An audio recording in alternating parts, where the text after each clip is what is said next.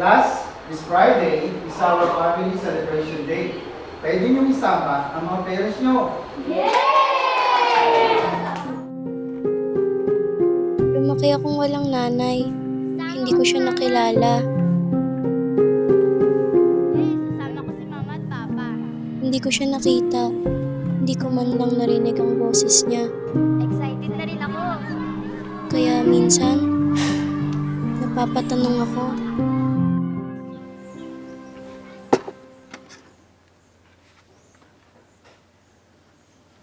Oh, bakit anak?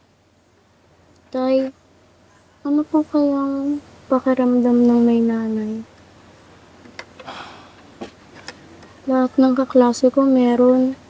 Ako lang wala. Pasensya ka na anak ha. Okay lang, tay. Di naman po kayo eh. Yung sitwasyon lang po natin. Hindi ko alam kung bakit, pero habang lumalaki ako, mas lalo kong nararamdaman ang tanong na yun.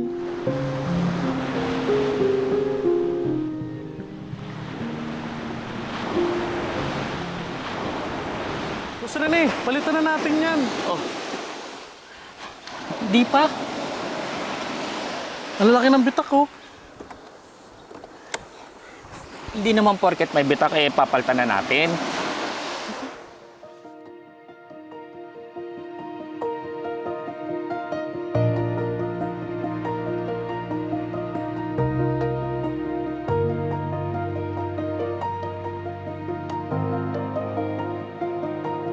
Oh, okay na. Oo, matibay na yan. Kundi dahil sa'yo, hindi ako makapalaot rin eh. Walang anuman. Ingat ka sa paglaot mo ha. Doon ko unang nakita kung gaano karaming tao ang umaasa kay Papa.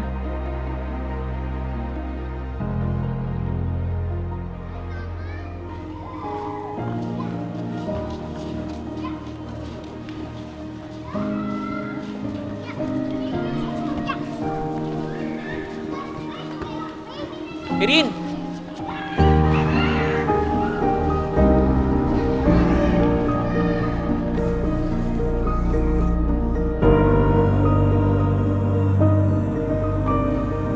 Nag-enjoy bang lahat?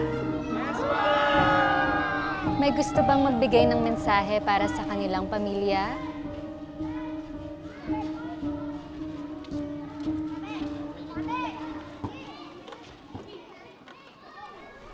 Dati naiinggit ako sa mga may mama, sa mga kumpleto. Akala ko may kulang sa akin. Pero habang lumalaki ako, may narealize ako na kahit lumaki akong hindi nakilala si mama, hindi pala ibig sabihin nun na kulang ako o kulang ang pamilya namin. Kahit mag-isa lang ang papa ko, pero sobra-sobra naman ang pagmamahal niya. Kasi si Papa, ikaw na ang nanay, ikaw pa ang tatay. Ikaw ang aking lahat. At kahit pagod ka, lagi kang nandyan. Kaya ngayon, alam ko na, Papa. Hindi pala tayo kulang. Kasi ikaw lang pa. Sapat na.